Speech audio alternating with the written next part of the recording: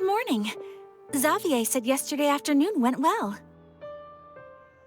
Yeah, and how about you, Ayaka? What were you up to yesterday? After we split up, Ayato went to see Udex Nervillette at the Palais Mermonia. I was originally thinking of going with him, but he said he could manage it himself. He told me to go see the sights around Fontaine and to enjoy the local culture. So I rode the aquabus with Yoimiya and visited the Opera House on Aranias Island. Yeah, you wouldn't believe what we saw there! 2 mechanical puppets that were dancing together! You've already seen them, right? Yeah, those two! Amazing, aren't they? We sat and watched for quite a while. It was mesmerizing, like we could keep watching them forever. Oh, it was the same for us the first time we saw them, too. Afterwards, we went swimming at the beach. Well, diving, to be exact. It was the first time I ever breathed underwater. I held Ayaka's hand and we counted down together. 3, 2, 1, and then splash! We were beneath the waves.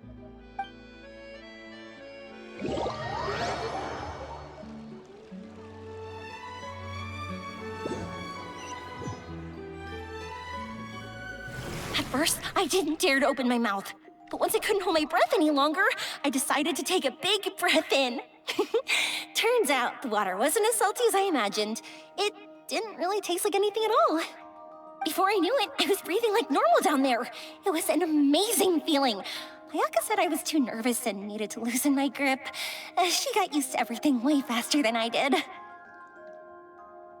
I knew that the Traveler could do it, so I had no doubt we could do it too. That helped me feel at ease as soon as we dove in.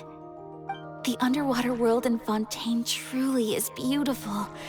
I love seeing the romaritime flowers blossoming underwater, like little candles lighting up the streets at night.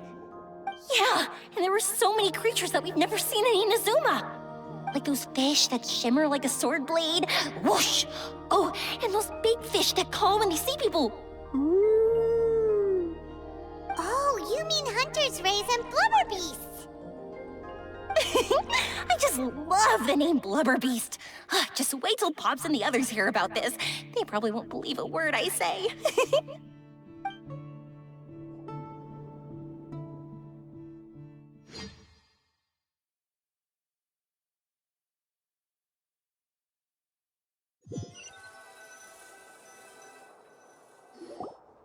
Yoimiya was down there for quite a while. It was dark before we finally rode the aquabus back to the city. I figured she'd want to sleep in today. Yeah, even I was worried that I wouldn't be able to get up. I still felt like I was drifting in the waves when I went to sleep last night.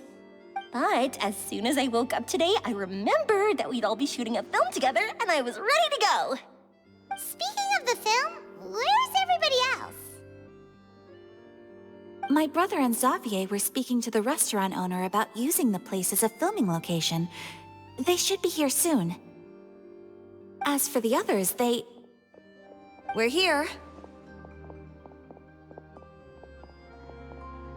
Please excuse my tardiness. I just finished the Special Patrol's 6-mile morning jog. Wait, 6 miles? I'm so tired. I heard you all chatting, so I decided to come down. I sure could use some of that endless energy everyone else has. Good morning, everyone. Boarding. Can someone fetch me a cup of coffee? More milk, hold the sugar. Sure, I'd be happy to do that for you. No, you can't go anywhere. Please, have a seat over here so I can get started on your makeup. The last thing I want is coffee stains on my costumes. I can get the coffee. It's the perfect job for an assistant.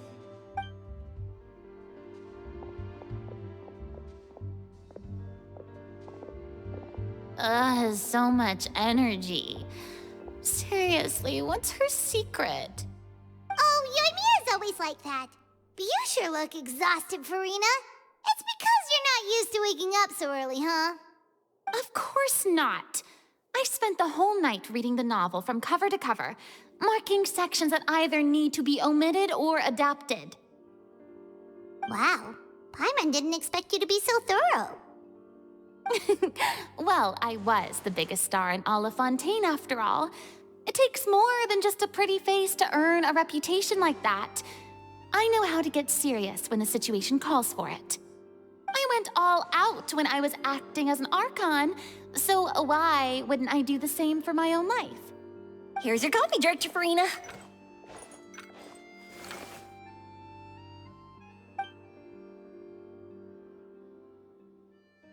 Oh, thank you. The sound of being called director and the aroma of coffee feels almost as refreshing as hearing the birds chirping in the morning. Ah, it seems everyone has managed to arrive on time. We've reached an agreement with the restaurant owner.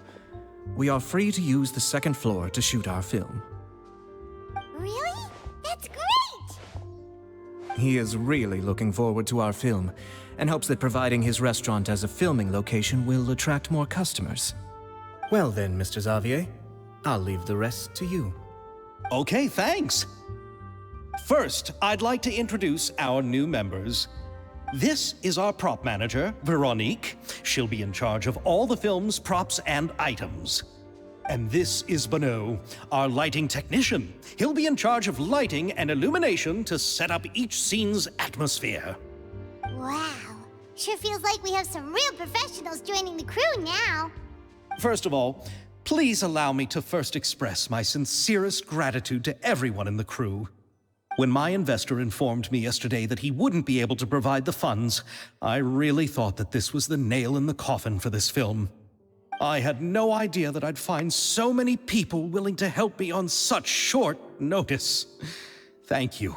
Thank you all from the bottom of my heart. No need to be so cordial, Mr. Xavier. We're all honored to be a part of this. Your works made a profound impression on me when I saw them back in Inazuma. I am sure that someday, this film will be remembered as a prime example of cultural exchange between Fontaine and Inazuma. Yes, the story is the reason I agreed to join. I can't bear to even imagine what this film would look like without the very best director. Anyway, I would like to make a promise to everyone that as the producer of this film, I'll do whatever I can to ensure that everything goes as smoothly as possible. This is not just my film. It also embodies the thoughts and feelings of every person here, as well as the endless effort we are about to pour into it. So, without further ado, the Two Musketeers will officially begin filming now! You may take it from here, Director Farina. All right, listen up, everyone. The first scene takes place when the two young musketeers are living at the Baron's home, still unaware of all that is about to happen to them. We'll need props and lighting to set the scene. Our lead actors can go get their makeup done, and extras, please take this time to go over your positions. Whoa, seems Farina's really kicking things into gear as the director. Is everyone clear? I don't want anyone traipsing around the set like umbrella finches. All right, cameras will start rolling as soon as the set is ready. Let's make a film that'll make some serious waves in Fontaine. Not the kind of waves that drown people. I mean, the good kind of waves. Seems like she's still a bit traumatized by that. Anyway, let's go see if there's anything we can do to help.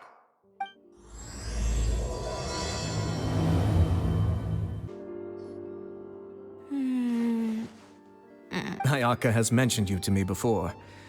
She said that you two were great friends when you were kids. No talking. I'm thinking about how to do your eyeshadow. Ah, yes. To help me really look the part. To achieve a more young and naive look for this scene. Are you saying the wrinkles around my eyes are too deep? You just have too much of a calculating look in your eyes. You sure don't mince your words. It seems you really haven't changed much. Quiet. here. A little more to the left. You got it. Hey, Yoimiya, do you need a hand? No, I'm fine. You know, doing the lighting is kind of like designing a fireworks show. It's interesting to imagine what kind of atmosphere the lights will create. I heard that the Traveler will be operating the camera and Paimon will be the clapper loader, right? Those roles are just perfect for the two of you. Really? Is that because it'll be easy for Paimon to hold the clapperboard while flying? Well, sure, there's that, but that's not exactly what I meant. I just think that after all your journeys together, you two must have developed a super close bond and just naturally know how to work with each other. If I'm not mistaken, the director will want the cameras rolling as soon as the clapperboard goes clack. Oh, I see. It's amazing to see the magic behind filmmaking. Yoimiya, we need lights over there, too. Oh, on it! I've got to get back to work. Chat with you later.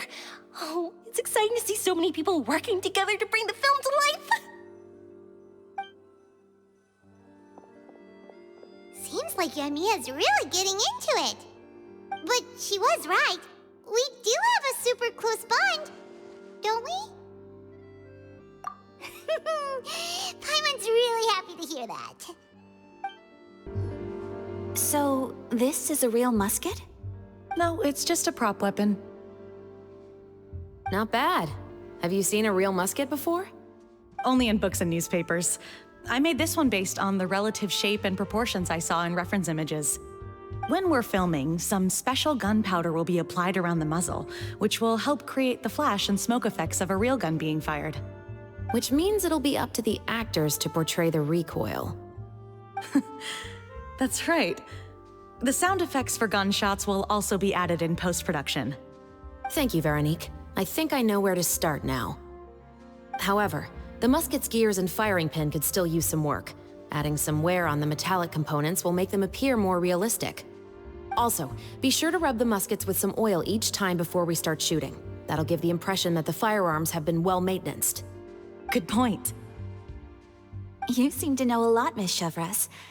I assume you use these types of firearms on a regular basis?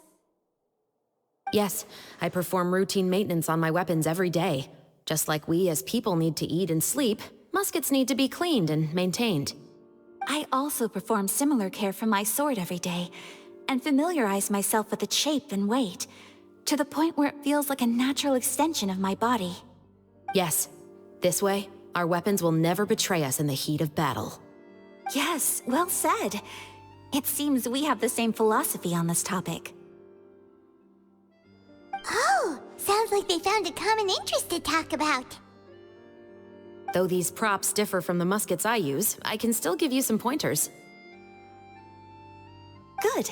I look forward to your instruction. First and foremost, never point the weapon at anyone, regardless of whether it's a real or prop weapon or whether you're holding it or it's on the table. This holds for any time when you're not actively engaging an enemy. Okay, understood. When aiming the musket, extend your arm so that it's level with your shoulder, and use your eye to look down the weapon's sights. Like this? Not bad. Now, try saying your lines. This is the end of the road for you. Good. Now turn your body a little. That way, you'll give your enemy less of a target to work with. And relax your shoulders. Here, allow me to demonstrate. This is the end of the road for you. Huh. Excuse me, Miss Chiori. Director Farina, there's something I wish to discuss with you. Oh? What is it? Like this? Yes, much better. What do you think? I do see your point. But are you sure you wish to do this? I believe it would be most fitting. Well, if you insist. All right, I understand. Miss Ayaka, Miss Chevres, could the two of you please come over here? Huh? What's going on? Are we gonna start filming now? Let's go see. What is it? I have a you, Miss Chevres. Would you be willing to play the role of a musketeer? What? To clarify, I would like to turn over my role to Miss Chevres. But brother... Don't worry, Ayaka. I actually view this as a good thing. I was becoming troubled trying to set aside some time to speak to the staff at the Palais Mermonia. I would like to have some conversations about the cultural exchange between our two countries, and I've heard that the bureaucratic process here can get rather complicated.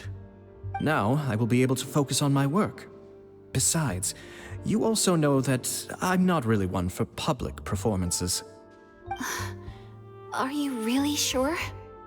From a director's point of view, I also felt like the relationship between the two musketeers in the original story could be improved. The older brother in the story plays the lead role with his overbearing character, but this causes his character to overshadow that of his sister, and the theme of the two supporting and relying on each other isn't conveyed very well.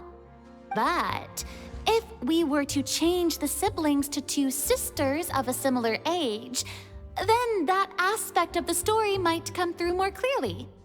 Also, I've seen you instructing Ayaka. That cold and dignified personality is exactly what we need for the older musketeer. Of course, even with all these insights, the decision should still be made by Miss Chevres. Chevres mentioned that she really likes the story, right? Paimon bets that she'll take the role. All right, I'll take the role. Good. It's decided then. I'll get started on making edits to the script. We'll also need to make some immediate adjustments to the lighting, props, and costumes. I have a feeling that our adaptation will be even better than the original story. You're doing a great favor for me, Miss Chevres. You have my gratitude. Don't mention it. I like this character, so if anything, I should be the one thanking you. Well, since my brother is the one who brought up the idea, I suppose there's no need to worry. Let's go, Miss Chevres. I look forward to working with you. Please, just call me Chevres.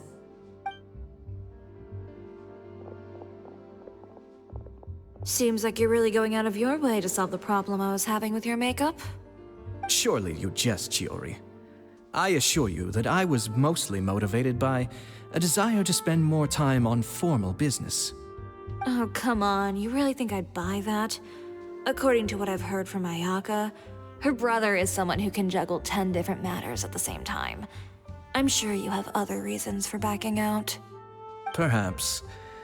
Ayaka always said she wanted to go out and see more of the world, just like the Traveler.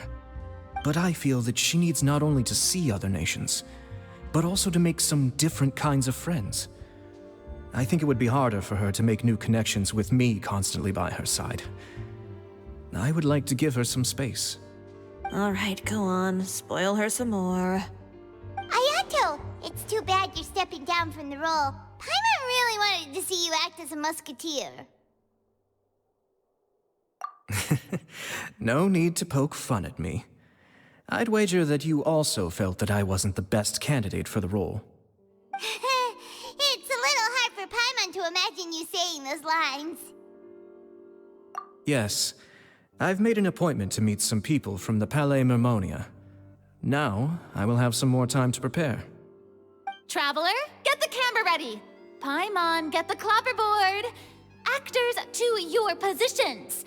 We're about to start shooting the first scene. Go on now.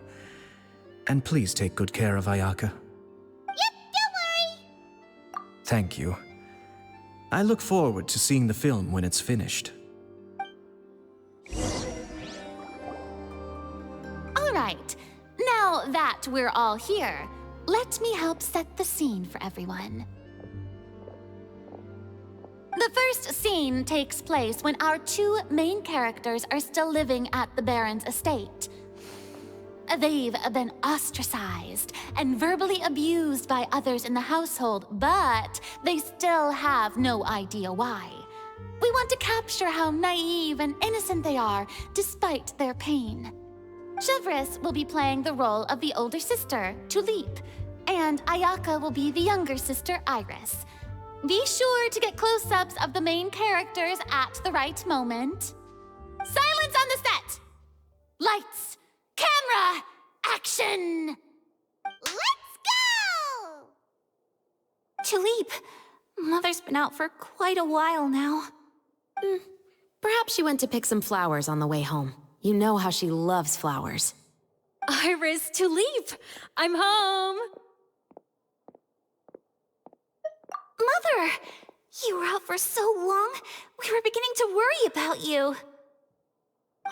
I'm sorry, but I'm back now, safe and sound. Here, I brought your favorite treat, apple turnovers. Mother, what are those bruises on your hand? Huh?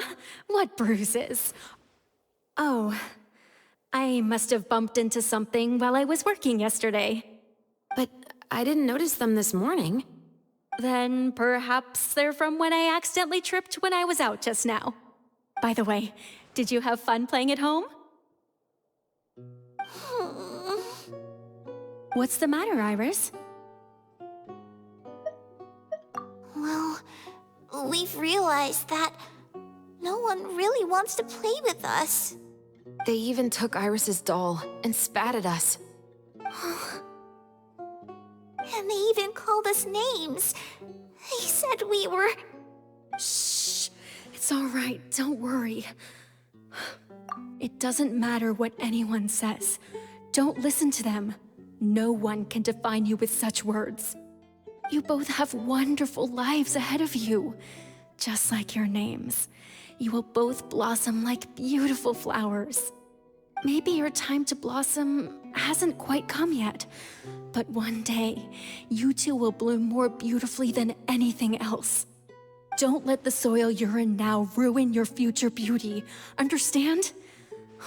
My dear daughters. And cut! Not bad. The actors' emotions were all on point. Let's keep that take. Also, if our clapper loader could avoid shouting at the start of the scene next time. Oh, got it. Great. I was a little worried that my nerves would get the better of me. What about you, Chevros? I felt fine. The lines weren't too difficult at all. Seems like Farina must have adapted the role nicely. You two were great. I couldn't tell it was your first time acting in a film. You should have more confidence. Thank you for your encouragement. Positions, everyone! We'll move on to the next scene after we try a few more camera angles.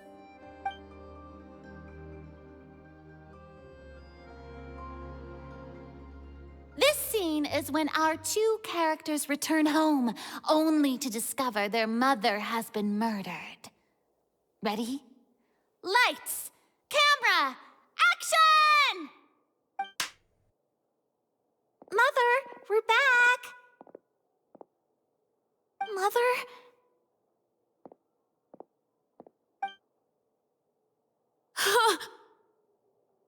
What's wrong, Tulip?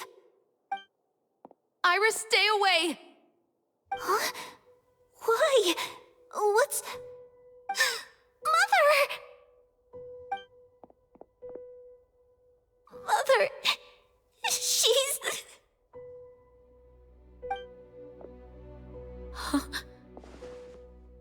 There's poison in this cup. Huh? I could have sworn I've seen this kind of cup before. Those aristocrats. They didn't even try to cover up their actions.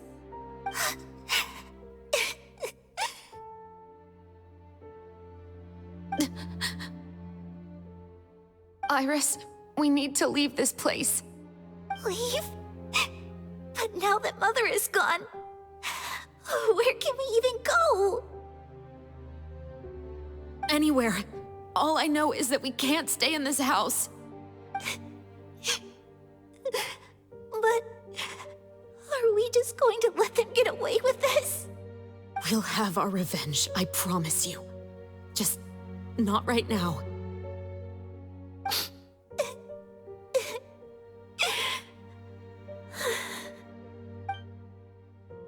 Come on, let's go. No, wait. We can't just leave Mother here like this. At least let me leave this rose with her. That's why we went out in the first place. To buy her this flower. All right. Goodbye, Mother. We'll avenge you. Someday. And cut! Beautiful! Great performance! Oh my, you're so amazing, Ayaka! And were those real tears I saw? How did you do it? I was surprised too. Thank you for the kind compliments. Actually, as soon as Director Farina said action, I told myself not to think about anything. I just felt the weight of the moment and became the character. It's quite similar to practicing the art of the sword. You clear your mind and focus only on what's happening in front of you. Ayaka's performance was amazing. Have I discovered an acting prodigy? Pipe down, everyone! We need to move on to the next scene!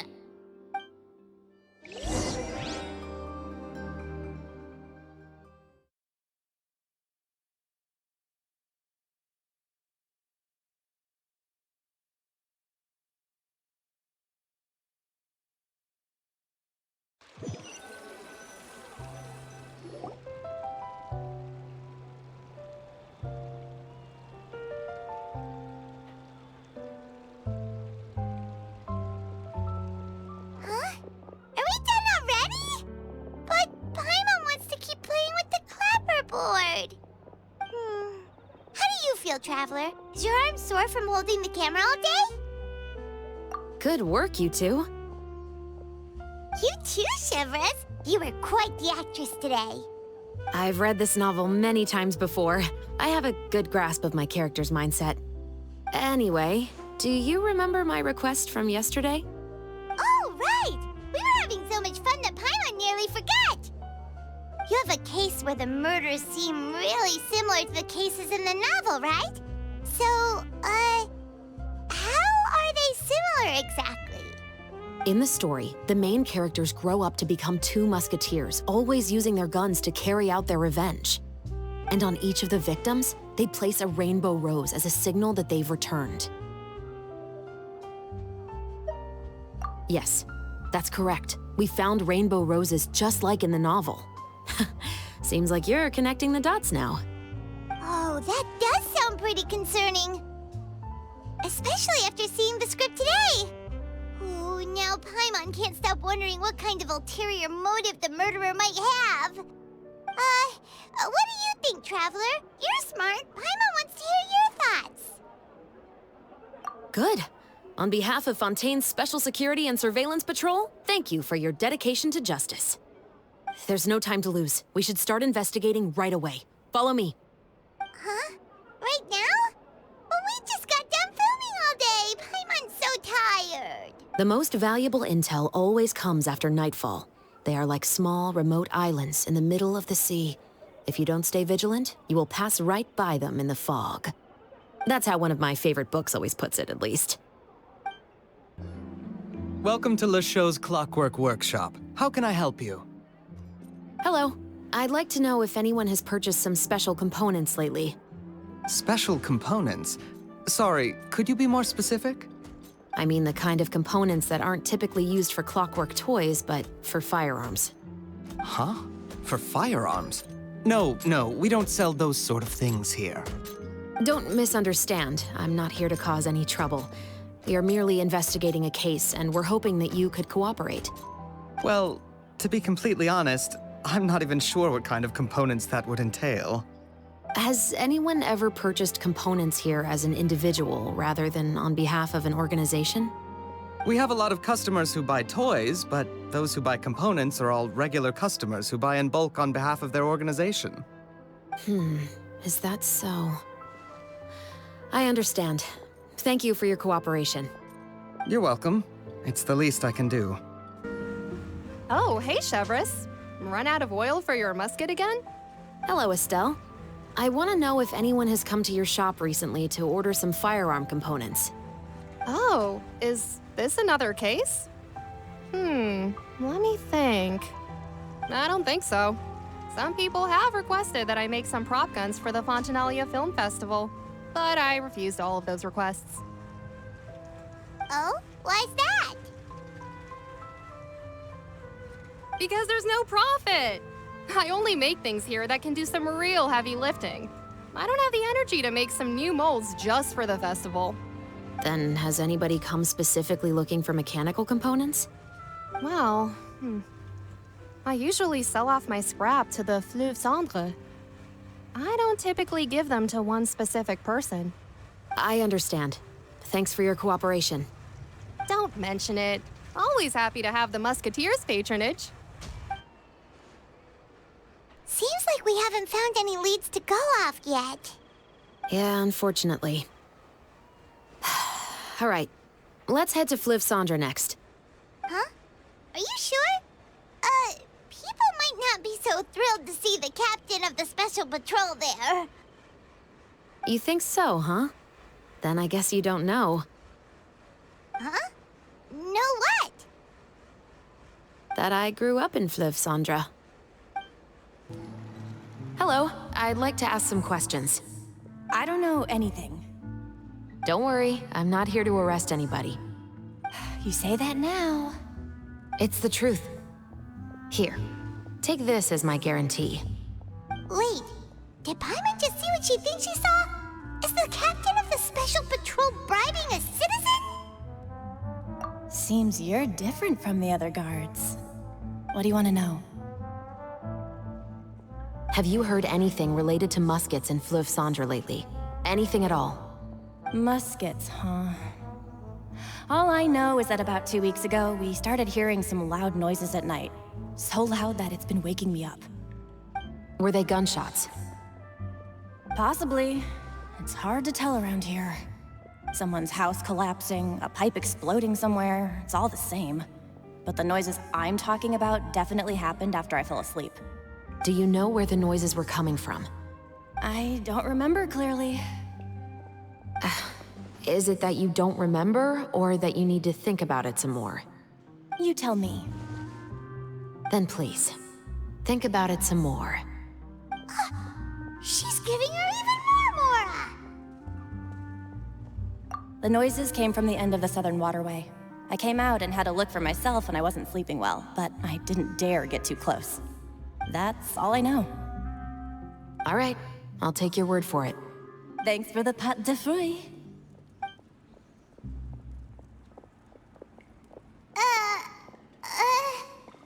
No need to be surprised. I grew up here, remember? I know how to get people around here to talk. Seems you catch on pretty quick. Now then, let's keep going. It's been a while, Tetro. Please, just get on with your request. I want to know if you've heard anybody talking about muskets lately. Information isn't free, you know. I've heard that bandits have been extremely active in the countryside recently, and they've been affecting the delivery of goods to Poisson. I can allocate some more manpower to help out with that problem. What do you say? You're still as helpful as ever. One of our men got drunk at dinner about a month ago and lost his gun. 3 days later, it turned up in the corner here. What's weird about that? He just forgot where he put it, right? This is Fleuve Cendre, my friend. Anything of value left in the tavern won't ever make it to the next day. But that gun turned out to be an exception. It didn't get any new wear and tear on it, and didn't even appear to have been fired. We were quite mystified as to what could have happened. I suspect it came back because the weapon was already known to the guards. You mean, a criminal was afraid the Marechaussee Phantom would use the shot marks to track them down? Maybe. But if that's the case, the culprit really took great care to avoid getting caught. I didn't say anything about a criminal. In Fleuve Cendre, knowing who was killed is as easy as knowing what clothes you're wearing today. It's the guy living in the east side, isn't it? I've never liked him. Every time he's here, he just orders a drink and sits there with a nasty look in his eyes. So, who was the one who lost the gun in the first place? Don't bother. Even if you ask, he wouldn't admit to owning a gun to some strangers. Not to mention the captain of the Special Security and Surveillance Patrol. He's right. I know you grew up here, Shovris. Even though you're on good terms with the Spina, you've still been gone too long. Not many people know you here now, and a lot of people don't like the Special Patrol. I know. So take my advice and don't show your face too much around here. It's for your own safety. I'll come and go as I please, and I'm afraid I'll be appearing more often due to my work. All right. Don't say I didn't warn you. What's all this? Some broken planks and barrels, as well as some liquor bottles? Yes, but have a closer look, Paimon. Even though somebody has purposefully tried to clean them up, these are obviously marks from musket bullets. In other words, someone was here trying to improve their shot.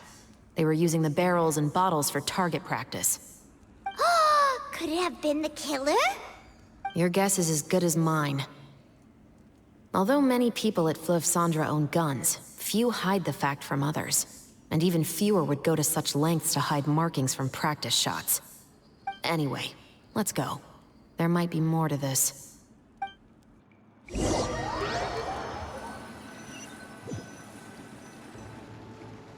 Seems like that's all we'll be able to uncover for today.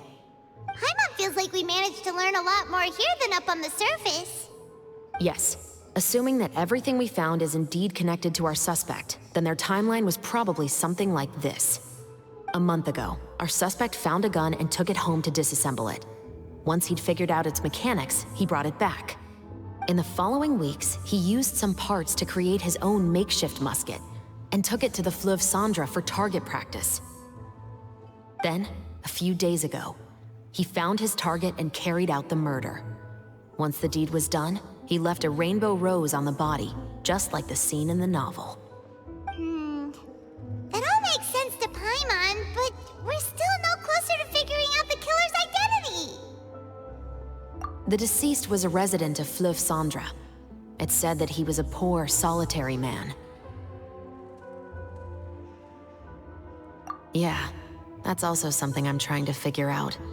If we are indeed following the novel, and there's a story behind the murder, then this murder should be an act of vengeance.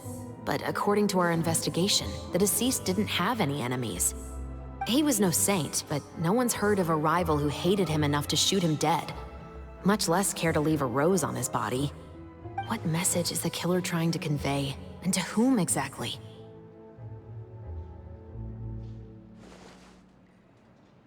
We've thoroughly investigated that possibility. He claims to have spent the whole day at the Opera House on the day of the murder, and the staff there have confirmed his account. Okay, so he has an alibi. Not only that, he lacks a credible motive as well. He has a family of his own, and both of his parents are still alive. I've looked into his records. He was adopted at the age of 6, and all the proper procedures were followed. There are also records of him at an orphanage before then. In the story, the mother of the 2 musketeers was murdered after the children turned 10. Of course, he could have changed the children's ages, but I don't want to assume anything without evidence. More importantly, I've also had a chat with him in person. He didn't seem like the kind of person who would pull the trigger to kill a man. Then, what should we do now? We have all this new information, but it doesn't help us move forward. Investigations take time. I didn't expect us to catch the culprit in just a single day. How about this? Let's spend the next few days filming with the crew. We can continue the investigation once we're done with the film. I'm sure that given time, new leads will present themselves. Wait, but weren't you saying intel is like small, remote islands in the middle of the sea just a moment ago? Wouldn't you just miss them if you were to stop looking? Ah, but the book had more than one reference to the islands, Paimon. Oh? What else did it say then? As long as you spend enough time sailing through the fog, you'll eventually come across an island.